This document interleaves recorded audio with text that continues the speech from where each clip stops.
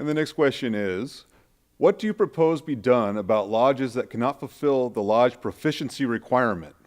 Brother Wood.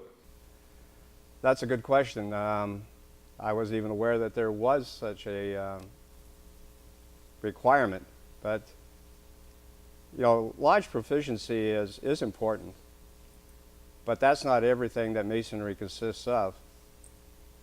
I think what is important is educating our new masons, making sure they stay engaged, getting the brothers who are not coming back to lodge. Once you build up the participation in the lodge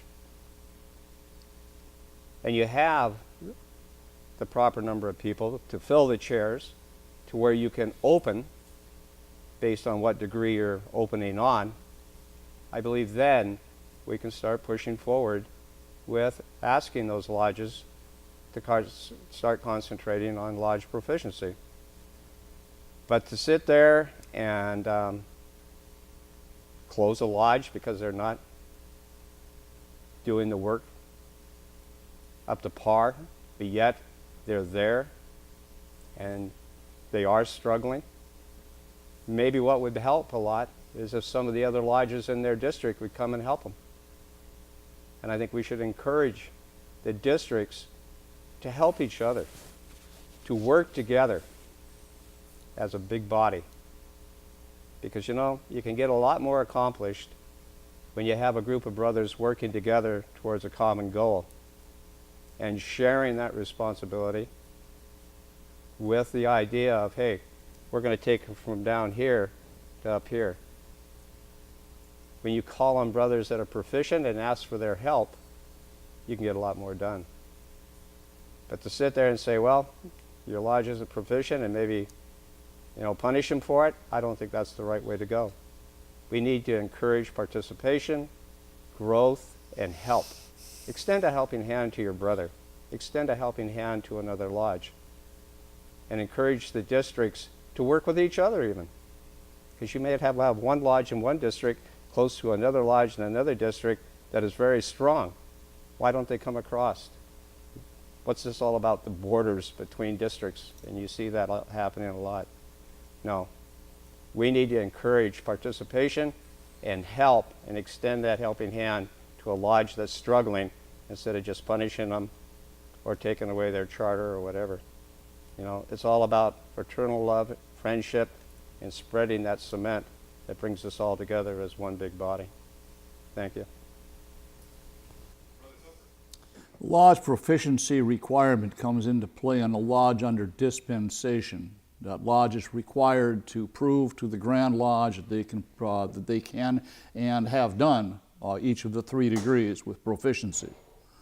Once they have done that, then they are eligible to get a charter.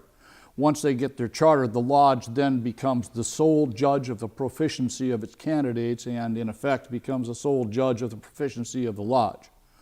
The proficiency in ritual of the members of the lodge, I believe that as education progresses and we get our lodges on an educational footing where we are learning the things of Freemasonry, we will become more interested in learning excellent ritual again, and it will take care of itself. Thank you. Brother Beers. I think Charlie said it very well, and I would build upon that. We need to be building up and encouraging our membership. We need to be reaching out a hand of brotherly love and affection. Yes, there is a time and place for the stern conversation, but that should be done in private, one-on-one. If we have lodges that can't put on a particular degree, then we should be using these committees that we have formed. We should be working with our deputies, and the Grand Master should be talking to the Master, finding out what do they need? What does that lodge want? What do they see the future? And helping them build better bridges with the lodges that are closest to them, because those are the quickest resources to help them, and bringing any programs that we already have available to them so that they can improve their ritual. and they can grow and do it themselves. Nothing gives a lodge more pride than when it stands on its own and it demonstrates quality ritual. You see that in the brothers, you see that in the environment. I've been to lodges that have improved significantly over time, and you just watch all the members and they start to bring people back and they start to get things going again. So what can we do about lodges that can't meet the under dispensation requirement? What do they need? We can reach out to them and say, what do you need? What would you like? What can I do as a Mason to help you? And get it from them first, rather than coming in with a sort of a paternalistic focus of, I'm here to help you. It's more of a, what do you need, brother? I'm concerned about this. What can we do together to address it? And that is where I think our long-term growth comes from. And Brother Coffman? Can I ask you to repeat the question? Certainly. What do you propose be done about lodges that cannot fulfill the lodge proficiency requirement? Thank you. As Very Worst Brother Charlie said, the only proficiency requirement in our code is a lodge under dispensation. If a lodge under dispensation is not proficient, the Grand Lodge should not issue it a charter. That's a fairly simple answer. However, most people, most brothers, when you say proficiency in lodge, are usually referring to proficiency in lodge management. And pardon me if I misunderstood the question, but I'm going to address it in that manner.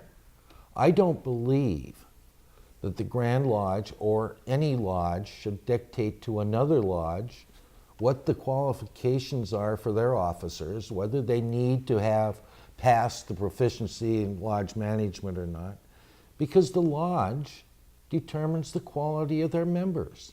They determine who their leaders should be. It's not for somebody else to dictate to them. Now, granted, I'll step back to the more general question about lodges that are not proficient. The lodges do have some requirements they must do every year.